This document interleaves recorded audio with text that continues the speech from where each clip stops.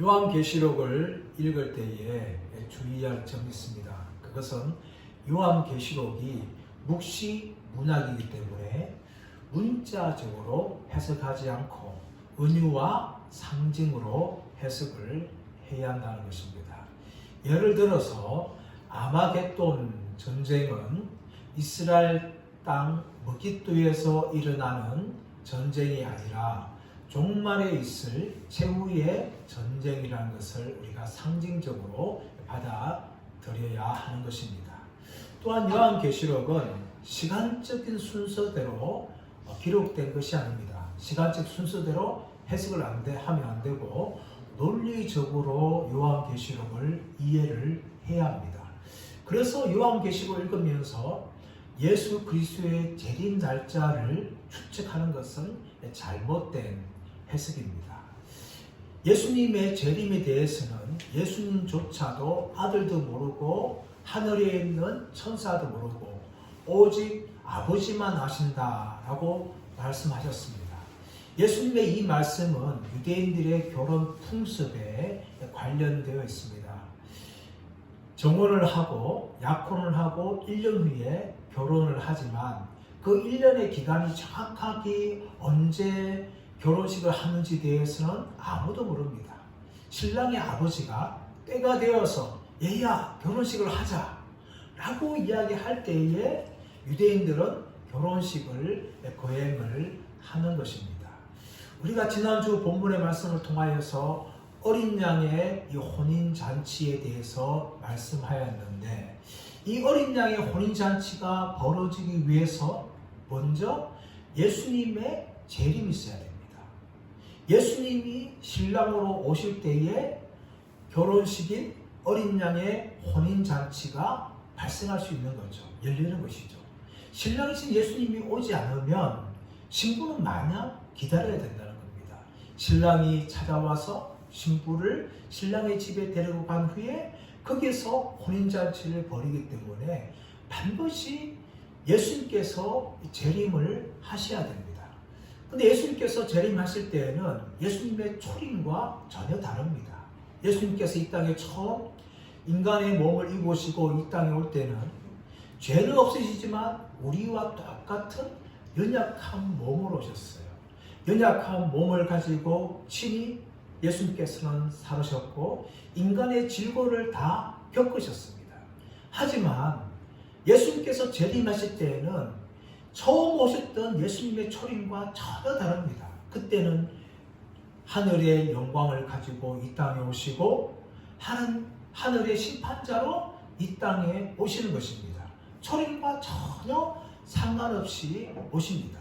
오늘 본문의 말씀은 예수님께서 재림하셔서 이 땅을 심판하시는 것에 대해서 말하고 있습니다.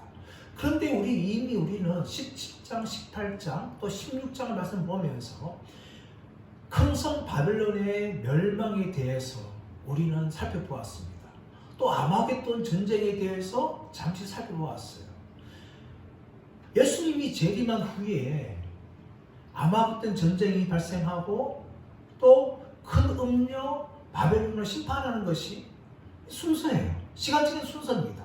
그런데 요한계시록은 이미 16장에서 아마겟돈 전쟁을 언급하고 또 17장, 18장에서 큰 성 바벨론의 멸망에 대해서 예언해요. 그러고 난 후에 이제 19장을 본문에서 예수님의 재림에 대해서 이야기하시는 거죠. 시간적 순서 보면 예수님이 재림한 후에 그 두 사건이 발생해야 됩니다. 그러나 오늘 왜 아마겟돈 전쟁과 또한 어린 양의 혼인잔치 후에 예수님의 재림을 통한 심판을 이야기하는가 하면 그것은 바로 예수님의 재림을 통한 심판을 강조하기 위해서 그렇게 시간 순서를 바꾸어서 사도 요한은 기록을 하고 있는 것입니다. 오늘 예수님께서는 앞에 본문에서 어린 양 혼인잔치를 준비하라 라는 말씀 후에 이제 오시는데 이 오신 예수님은 전사와 심판자로 오시는 것을 우리가 말씀을 통해서 확인할 수가 있습니다. 우리 11절 말씀 볼까요? 11절 말씀 보시면 또 내가 하늘이 열린 것을 보니 보라 백마와 그 탐자가 있으니 그 이름은 충신과 진실이라. 그가 공의로 심판하며 싸우더라 라고 이야기합니다. 또 내가 하늘이 열린 것을 보니 라고 이야기합니다. 이미 사도 요한은 4장 1절에서 하늘에 열린 문이 있는 것을 보았어요. 그리고 11장에는 하늘에 있는 성전이 문이 열린 것을 보았고, 또 15장에서는 하늘에 있는 증거 장막이 열린 것을 보았어요. 그런데 오늘 본문에서 뭡니까? 하늘 자체가 열린 것을 보는 거예요. 점점 열리는 것이 강조되지 않습니까? 이렇게 오늘 본문에서는 하늘 자체가 열린 것을 보았는데, 이 열린 것 사이에서 무엇을 보는가 하면 백마와 그 탐자가 있는 것을 보았습니다. 백마는 승리와 영광과 순결을 상징해요. 이 백마와 그 탐자를 보았는데, 우리는 이미 일곱인 심판에서 첫째 인을 뗄 때에 백마와 그 탐자가 나타나서 사람들을 이기고 또 이기더라 라는 본문을 우리가 보았어요. 그러나 그 첫 번째 인을 뗄 때 나왔던 그 흰말과 백마를 탄 사람은 이 하나님의 이 심판을 수행하는, 이 땅에 재앙을 내리는 4가지 말 중에 하나입니다. 오늘 본문은 하나님께서 천사를 통해서 내리는 심판이 아니라 이제 예수님께서 직접 이 백마를 타시고 이 땅에 오셔서 심판을 하시는 것을 보여주는 것이죠. 근데 그 이름을 소개하고 있는데, 그 이름은 충신과 진실이라. 그가 공의로 심판하며 싸우더라 라고 이야기합니다. 충신과 진실. 이 충신이라는 것은 헬라 단어 피스토스라는 의미를 가지고 있고, 신실한 이런 의미를 가지고 있죠. 그리고 진실은 알레디노스, 참된 이런 의미를 가지고 있습니다. 이미 예수님에 대해서 소개할 때에 예수님을 향하여 1장 5절에서 참된 증인이다, 그렇게 소개하였습니다. 이미 앞에 본 이야기했지만 반복해서 예수님을 향하여 충신과 진실이라고 말하는데, 그가 공의로 심판하며 싸우더라 라고 이야기합니다. 전사의 모습으로, 또 심판자의 모습으로 이 땅에 오시는 것을 이야기하고 있죠. 그런데 이 말씀을 보게 되어지면 예수님이 어떤 모양을 이야기하고 있는데, 12절 말씀 보시면 그 눈은 불꽃 같고 머리에는 많은 관들이 있고 또 이름 쓴 것이 하나 있으니 자기밖에 아는 자가 없고, 그 백마를 탄 자인 예수님에 대해서 소개를 하시는데 그 눈이 불꽃 같고 라고 이야기합니다. 이것은 전지하신 분이라는 것을 이야기하고 있습니다. 요한계시록 1장 말씀 가보시면 예수님께서 발에 끌리는 옷을 입고 다닐 때에 그 눈이 불꽃 같고 라고 이야기합니다. 두아디라 교회를 향하여서 요한계시록 2장에서 예수님을 소개할 때에 그 눈이 불꽃 같고 라고 이야기합니다. 예수님은 불꽃 같은 눈을 가지고 이 땅의 모든 것과 우리 인간들을 보십니다. 흔히 우리가 하는 속담으로 10길 물속은 알아도 한 길 사람 속은 모른다 라고 이야기합니다. 그만큼 사실 사람이 마음을 숨기면 그 사람에 대해서 알 수 없다는 것이죠. 하지만 우리 인간은 사람에 대해서 다 알지 못합니다. 부모도 자식들을 다 모르고 남편도 아내를 다 모릅니다. 그렇게 평생 사는 거죠. 아무리 친하게 지냈던 친구도 몰라요. 수십 년을 사귀었는데 그 친구가 나를 사기칠 줄을 우리가 모르면서 살아가는 것이 인간 아닙니까? 근데 우리 예수님께서는 모든 세상과 모든 인간들을 다 알고 계시기 때문에 오늘 본문에서는 그 눈이 불꽃 같고 라고 이야기합니다. 예수님께서 공생의 삶을 하실 때에 인간을 하셨기 때문에 자기 몸을 의탁하지 아니하셨다라고 이야기합니다. 예수님은 우리의 인간의 모든 것을 다 알고 계시기 때문에 오늘 본문에서는 그 눈이 불꽃 같고 라고 이야기하죠. 더 나아가서는 그 머리에는 많은 관들이 있고, 이 관들은 디아데마, 왕관을 이야기합니다. 그냥 승리자가 누리는 스테파노스 멸류관이 아니라 왕들이 쓰는 왕관을 쓰시는데 그 머리에는 많은 관들이 있다는 것이죠. 이것은 바로 예수님께서 진정한 통치자라는 것을 보여주고 있는 것입니다. 그런데 이어진 말씀 보시면 또 이름 쓴 것 하나가 있으니 자기밖에 아는 자가 없고, 오늘 우리가 11절에도 예수님의 이름이 충신과 진실 등장하고 13절에는 하나님의 말씀이라 등장하고 16절에는 만왕의 왕이요 만주의 주라고 이야기 나오고 있는데, 그런데 이렇게 예수님께서 자기에 대해서 소개하시는데 12절에서는 또 이름 쓴 것이 하나가 있는데 그 이름에 대해서는 자기밖에 아는 자가 없고 라고 이야기합니다. 이 이름에 대해서는 비밀이라는 거예요. 예수님께서 자기에 대한 이름을 다 알려주지 않는다는 겁니다. 그런데 이것이 어떤 의미일까요? 이것은 바로 예수님과 우리, 피조물이 우리 인간이 얼마나 차이가 나는 존재인지, 예수님은 하나님의 아들이시며 하나님의 본체시고 통치자시고 심판자지만 우리 인간들은 하나님께서 지으신 피조물에 불과하고 죄인들에 불과하기 때문에 우리가 예수님에 대해서 다 이해하고 안다는 것은 불가능하다는 것을 알려주기 위해서 이 이름을 비밀로 두시는 거예요. 자기밖에 아는 자가 없고 라고 이야기합니다. 그런데 여러분, 고대에서는요, 이 이름이 뭡니까? 이름 자체는 그 사람의 인격을 이야기해요. 그 사람의 존재 자체를 다 이야기하는 거죠. 그리고 이름이 달라진다는 것은 그 사람의 인생이 새로워진다는 걸 이야기합니다. 예를 들어서 아브람은 존귀한 아버지라는 의미지만 아브라함은 많은 민족의 아버지라는 뜻이에요. 야곱은 속이는 자, 움켜쥐는 자지만 이스라엘은 하나님과 겨루고 이긴 자라는 영광스러운 이름입니다. 아브라함에서 아브라함으로, 야곱에서 이스라엘로 바뀐다는 것은 그의 존재 자체가 바뀌는 것이고 그의 인생이 새로워진다는 것이 바로 이름이에요. 그런데 오늘 예수님께서는 그 이름을 뭡니까? 비밀로 하시는 거예요. 우리가 다 알 수 없다는 것입니다. 성경에 보시면 이름을 알려주지 않는 부분들이 나옵니다. 창세기 32장 말씀 가보시면 야곱이 천사와 씨름하지 않습니까? 그런데 천사가 야곱이 버티니까 이기지 못하는 보고 그의 환덕뼈를 치고 가려고 하죠. 붙들면서 천사의 이름을 물어봅니다. 그러나 천사가 이름을 알려주지 않아요. 사사기 13장 말씀 가봐도 이 마노아의 삼손의 아버지 마노아가 천사를 향하여서 이름을 알려달라 하니까 이름을 왜 알려고 하느냐 하면서 단지 기묘자다, 나는 귀한 존재다, 그렇게만 알려주죠.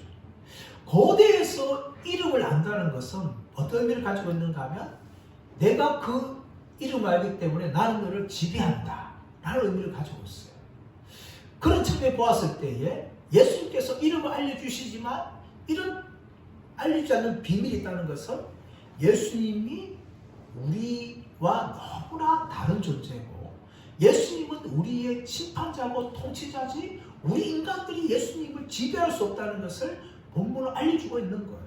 이렇게 예수님께서 이 모양을 알려주시면서 이름에 대해서 자기밖에 아는 자가 없고 라고 이야기합니다. 두 번째 이름이 이제 13절에 등장하고 있는데, 또 그가 피 뿌리는 옷을 입었는데 그 이름은 하나님의 말씀이라 칭하더라. 그가 피 뿌리는 옷을 입었어요. 이 피는요, 예수님이 십자가에 죽으면서 흘린 피가 아니라 이 피는 전사로서 전쟁을 할 때에 적들의 피가 튀어서 그 옷에 묻은 겁니다. 전쟁을 하다 보면 내 피만 흘리는 것이 아니라 적들의 피가 옷에 묻게 되어 있어요.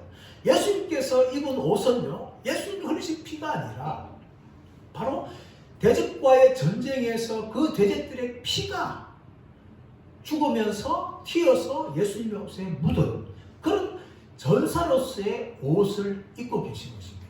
이렇게 전쟁을 싸운 옷에 대해서 이사야 63장 2절 3절에서 이렇게 말하고 있습니다. 어찌하여 내 의복이 붉으며 내 옷이 포도주 틀을 받는 자 같으냐. 만민 가운데 나와 함께한 자가 없이 내가 홀로 포도주 틀을 밟았는데 내가 노함으로 말미암아 무리를 밟았고 분함으로 말미암아 짓밟았으므로 그들의 선열이 내 옷에 튀어 내 의복을 다 더럽혔으니 라고 이야기합니다. 하나님께서 심판하시니까 그들의 피가 튀어서 하나님의 옷에 묻었다 라고 이야기하듯이 오늘 본문의 말씀은 그가 핏불의 옷에 입었다는 것은 적들의 대적들의 피가 예수님께 묻었다는 것을 볼 수가 있습니다. 그러면서 그 이름을 하나님의 말씀이라. 두 번째 오늘 본문에서 예수님의 이름이 나오는데 하나님의 말씀이다. 이 말씀이 헬라어로 로고스죠.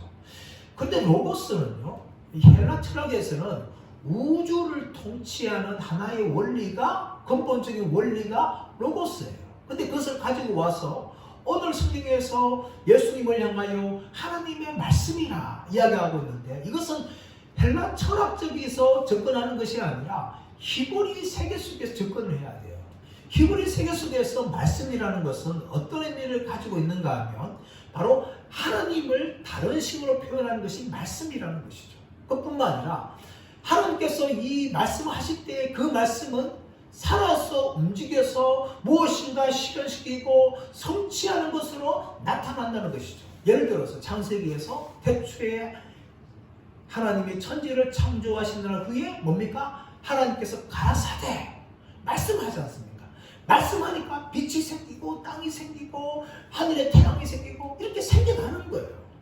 그뿐만 아니라 하나님 말씀은 성취하는 것인데, 이사야 55장 11절 이렇게 말씀하고 있는데, 내 입에서 나가는 말도 이와 같이 헛되이 내게로 되돌아오지 아니하고 나의 기뻐하는 뜻을 이루며 내가 보낸 일에 형통함이니라 라고 이야기합니다.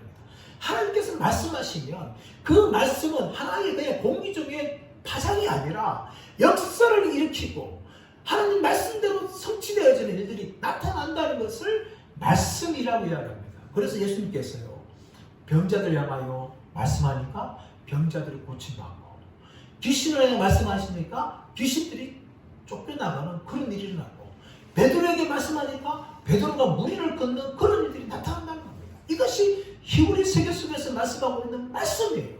그러므로 하나님의 말씀이라는 것은 바로 예수님께서 역사하신다는 그런 것을 보여주는 것이 바로 하나님의 말씀이라는 것을 우리가 알 수 있습니다. 이어서 14절 보면 하늘에 있는 군대들이 희고 깨끗한 세마포 옷을 입고 백마를 타고 그를 따르더라. 예수님께서 전쟁을 하시는데, 아마겟돈 전쟁을 하시는데, 이 전쟁은 예수님 하시는 것이 아니라 하늘에 있는 군대들도 함께하는 것이에요.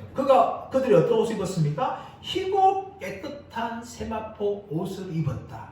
이것이 앞에 어린 양의 혼인잔치를 말할 때 8절에 등장하는 거죠.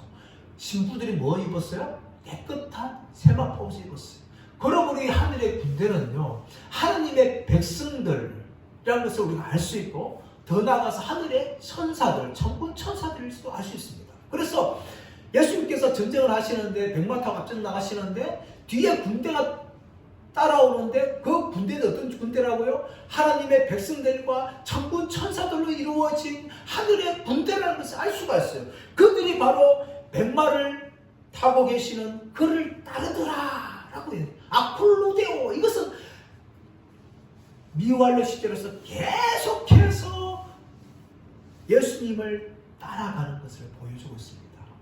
요한계시록 14장 4절에서 하나님의 백성들은 어린 양이 어디로 인도하든지 따라간다 하는 말처럼 하늘의 군대가 백마를 타신 예수님을 향하여 끊임없이 따라가고 있는 모습을 보여주고 있는 것입니다.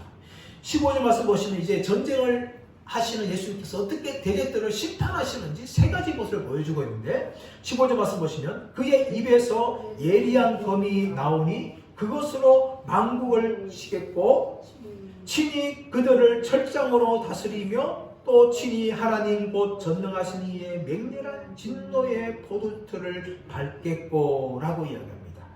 첫 번째 뭡니까? 예수님의 입에서 예리한 검이 나옵니다. 예수님의 예리한 검. 이것은 요한계시록 1장에서 예수님을 설명할 때 예수님 입에서 예리한 검이 나온다는 것을 이미 설명하였습니다. 예수님은 그 칼로 뭡니까? 대적들을 다 무찌시는 분이시죠. 예수님께서 이 심판하는 데 대해서 사도 바울도 데살로니가 후서 2장 8절에서 이렇게 말합니다.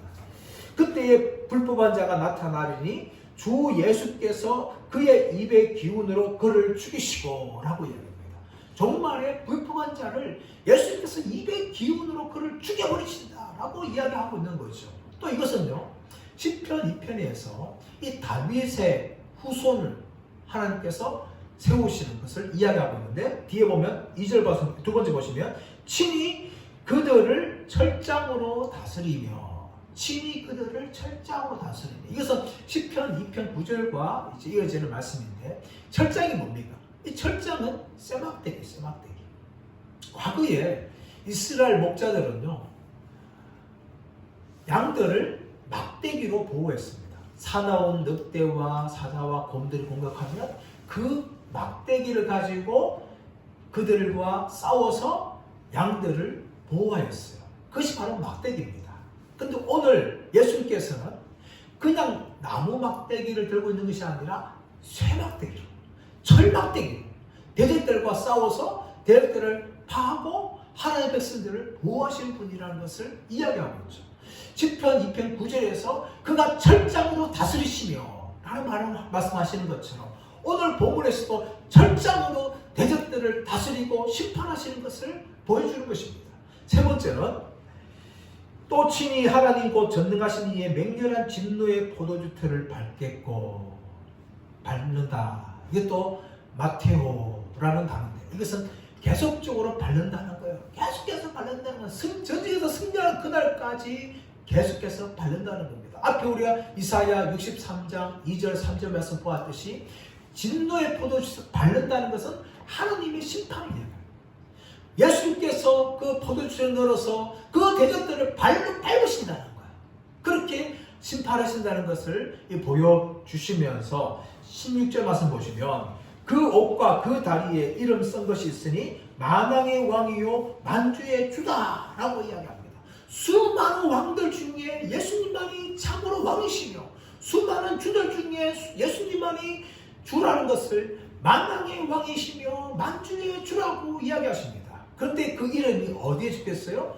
그 옷과 다리에 이름을 썼다라고 이야기합니다. 그 옷은 예수님의 외투를 말하며 이 다리는 이 다리 쪽에 덮개를 보호하는 덮개를 이야기하고 있죠. 거기에 이름이 적혀 있으면서 그 말을 타신 예수님께서 갑옷을 입으시고 또 다리를 보호하신 덮개를 하시고 백마를 타시면서 모든 대적들을 진멸하시는 만왕의 왕이시며 만주의 주라는 것을 보여주고 있는 것입니다. 이렇게 아마겟돈 전쟁이 일어나고 있는데 이때에 17절 말씀 보시면 또 내가 보니 라고 이야기합니다. 또 내가 보니, 이것은 장면이 바뀔 때에 사도 요한이 계속해서 사용하고 있는 관용적인 표현이죠. 또 내가 보니 한 천사가 태양 아래 서서 공중에 나는 모든 새를 향하여 큰 음성으로 외쳐 이르되 와서 하나님의 큰 잔치에 모여.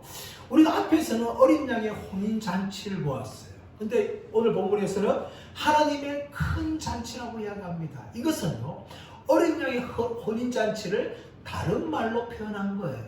어린 양의 혼인잔치는 신랑 되신 예수님과 신부인 교회가 만나서 이루는 잔치, 즐거운 잔치, 행복한 잔치 아닙니까? 그런데 이 잔치는 어린 양의 혼인잔치가 발생할 때에 대적들을 향하여서는 하나님의 큰 잔치가 열리는데, 그 잔치가 뭐예요? 대적들을 심판하시는 잔치인데, 그 잔치는 하늘의 새들이 이 대적들의 살을 뜯어먹는 그런 잔치라는 겁니다. 어린 양의 혼인잔치의 다른 말이 뭔가 하면 바로 대적들을 향하여서는 하나님의 큰 잔치고, 그 잔치는 하늘의 새들이 바로 대적들의 살을 뜯어먹는 거예요. 그렇게 상징적으로 이 표현을 하고 있는 겁니다. 고대에서요, 여러분 새들이 시체를 뜯어먹는다는 것은 굉장한 조주입니다. 보통 사람이 죽으면 장례를 치러야 되지 않습니까? 그래서 짐승이나 새들이 못 먹게 하는데, 반역죄라든지 큰 죄를 치는 자들을 향해서 어떻게 합니까? 심판의 의미를 가지고 아예 그들의 시체를 짐승들에게, 새들에게 주어버립니다. 그래서 뜯어먹게 하는 거지 않습니까? 로마도 십자가에 달린 죄인들을 때로는 죽은 후에 장사하다 했지만 어떤 죄들, 특히 로마냐 반역죄를 지을 경우에는 시체에 매달아 두었어요. 그래서 새들이 와서 그 시체를 다 뜯어먹게 했습니다. 그런 수치와 모멸을 보여주는 거예요. 오늘 하나님께서는 아마겟돈 전쟁에서 예수님을 향하여 대적하는 자들을 향하여 이런 심판을 하신다는 겁니다. 그들의 살들을 새들이 와서 다 뜯어먹게 한다는 거예요. 이것은 구약의 에스겔 39장 17절 18절에서도 언급된 부분입니다. 에스겔서 39장 17절 18절 말씀 보시면 주 여호와께서 이같이 말씀하시니라. 너 인자야, 너는 각종 새와 들의 각 짐승에게 이르기를 너희는 모여와라. 내가 너희를 위한 잔치 곧 이스라엘 산 위에 예비한 큰 잔치로 너희는 사방에서 모여 살을 먹으며 피를 마실지어다.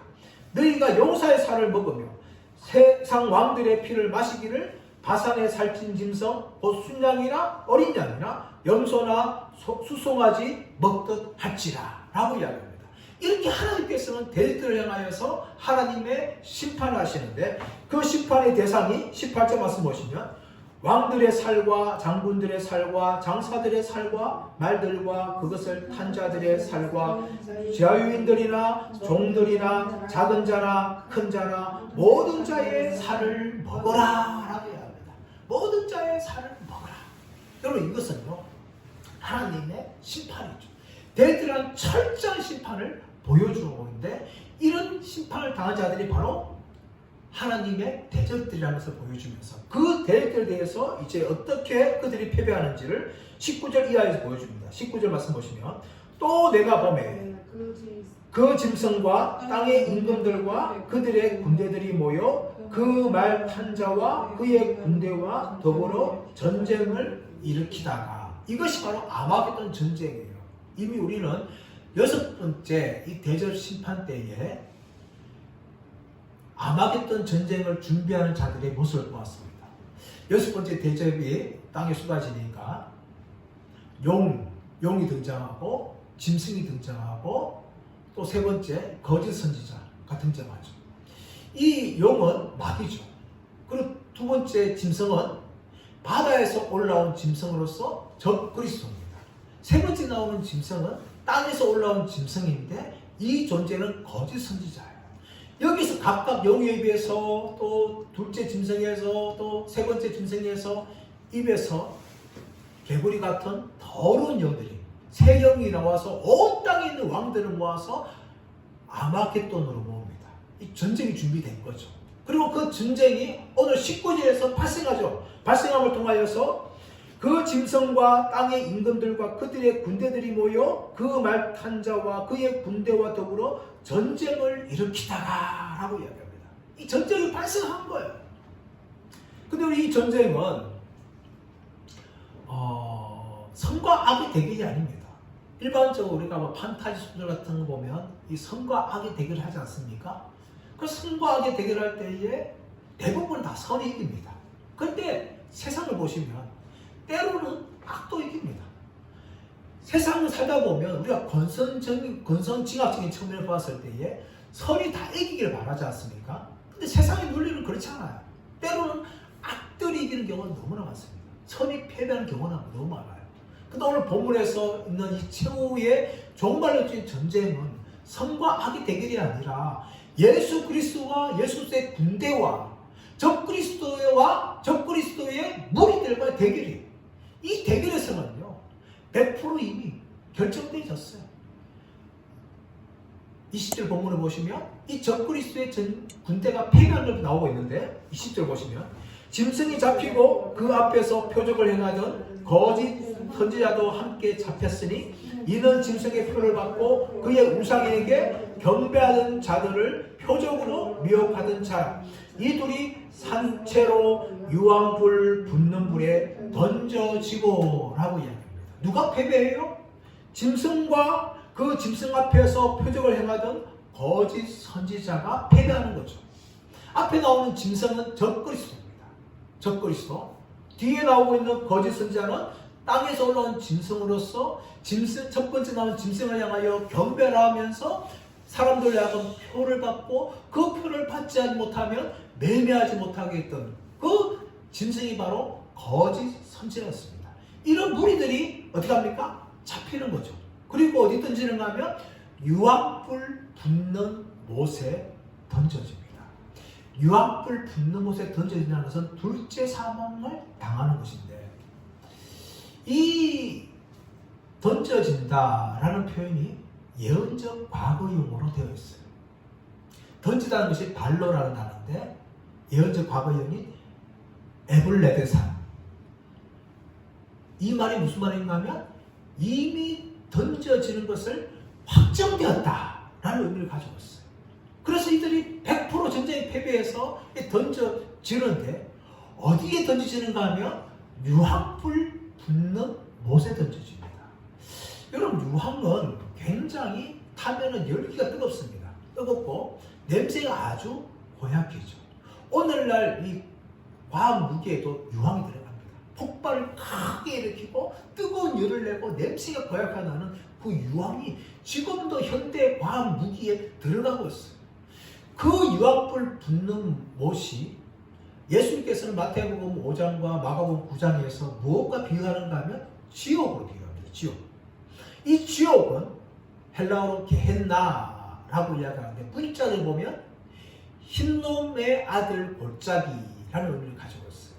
이 흰놈의 아들 골짜기는 예루살렘, 이 기도는 골짜기 쪽을 말하는데 예루살렘 남쪽과 서부에 있는 골짜기예요. 이 골짜기는 매일매일 쓰레기를 태웠어요. 그래서 아주 불이 연기가 시커멓게 올라갔고 또 냄새가 아주 고약하게 났습니다. 그것을 예수님께서는 지옥불에 비유하시는 거예요. 지옥불, 게헨나. 이 게헨나는 사람이 죽어서 부활 때까지 가서 기다리는 하데스와 음부하고 구분되어지는데 이 게헨나는 항상 무엇인가 하면 지옥으로 설명해요. 지옥. 지옥을 설명해서 지옥은 항상 불타는 거예요. 근데 이 지옥에 누가 떨어지는가 하면 적그리스도와 적그리스도를 위해서 경배라고 했던 거짓 선지자가 잡혀서 그들이 함께 던져지는데 이 유황 불못에서는 이들만 던져지는 것이 아니라 20장에서는 마귀가 던져지고 또 음부와 사망이 던져지고 21장에서는 모든 악한 자들이 그 유황 불못 지옥에 영원히 던져져서 고통당하는 것을 설명하는 겁니다. 이렇게 적그리스도와 그의 세력들은 지옥불에 던져지면서 21절 말씀 가보시면 그 나머지는 말탄 자의 입으로부터 나오는 검의 죽음에 모든 새가 그들의 살로 배불리더라. 적그리스도와 거짓 선지자만 심판당하는 것이 아니라 그를 따랐던 수많은 존재들도 다 심판당하는데 모든 새가 그들의 살로 배불리더라 라고 이야기하죠. 그래서 하늘에 큰 잔치가 열린다는 것을 의미하고 있는 것이죠. 그런데 그것은 21절 말을 보면 이 모든 자들이 이 새들이에서 살을 쫓김을 당해서 새들이 배불리 먹는다는 것은 앞에 나왔던 유황불에 던진다는 또 다른 표현에 해당합니다. 왜냐하면 계시록 21장 말씀 가보시면 21장 8절 말씀 가보시면 모든 악한 자들도 유황불에 던져진다는 거예요. 그것은 상징적으로 다른 말로 표현하는 거예요. 지옥이 불에 던져서 영원히 멸망당하는 것을 유황불에 던진다 표현하면서 모든 새들이 그들의 살을 뜯어먹는다는 그 표현을 상징적으로 다르게 표현하는 것이죠. 이렇게 이들이 멸망을 당합니다.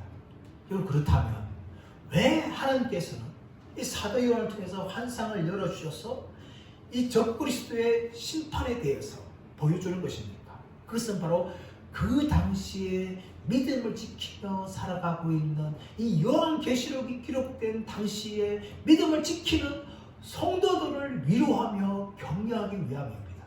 그들이 믿음을 지키면서 수많은 핍박과 박해를 당하였어요. 또 그들 중에 어떤 사람들은 황제 숭배하지 않는다고 순교를 당하였습니다. 그런 목숨을 걸어야 된 위기에 닥쳐있는 성도들 향하여서 지금 사도 요한을 향하여 격려하고 있는 거예요. 너희들이 지금은 비록 로마 황제 때문에 핍박받고 고통당하지만 이 승리가 바로 너희의 것이다. 그러면 너희는 결코 믿음을 배반하지 않고 만왕의 왕 대신 예수님의 군대가 되어서 끝까지 그들을 따라가라 라는 것을 보여주기 위해서 이렇게 환상을 열어서 예수님께서 백마를 타시고 적그리스도와 그 모든 군대들을 심판하시는 것을 보여주는 것입니다. 사랑하는 여러분, 이 본문의 말씀은 단지 요한계시록 기록된 성도들만 위로하기 위해서 기록된 것이 아닙니다.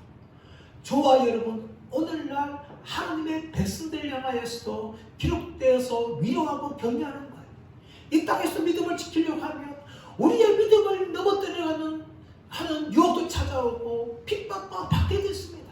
또 이 땅에서는 순교를 당하지 않지만 전 세계에서 얼마나 순교를 당하고 있는지 모릅니다. 오늘 이 시대는 기독교 역사상 가장 순교가 많은 시대, 이런 시대 믿고 있는 전세 백성들을 향하여서 이 본문을 보여주면서 너희들은 비록 예수 이름 때문에 핍박과 박해를 받고 있지만 너희는 하늘의 군대들이다. 끝까지 예수님을 따르고 믿음을 지켜라. 바로 이 승리는 너희의 것이다 라는 것을 보여주기 위해서 이 요한계시록이 저와 여러분에게 또 이 시대의 수많은 하나님의 백성들에게 열려 있습니다. 그래서 이 보여주는 거예요. 그러므로 우리가 무슨 말하고 있습니까? 어떤 유혹이 찾아오고 어떤 핍박과 박해가 찾아온다 할지라도 끝까지 믿음을 지키며 예수님만 따라가고 예수님의 인도를 받을 것을 우리에게 말씀하고 있는 것입니다. 저와 여러분, 이 본문을 통해서 위로와 격려를 받으시고 끝까지 믿음으로 승리하시는 하나님의 백성과 하나님의 군대들 되시기를 예수님의 이름으로 축원합니다.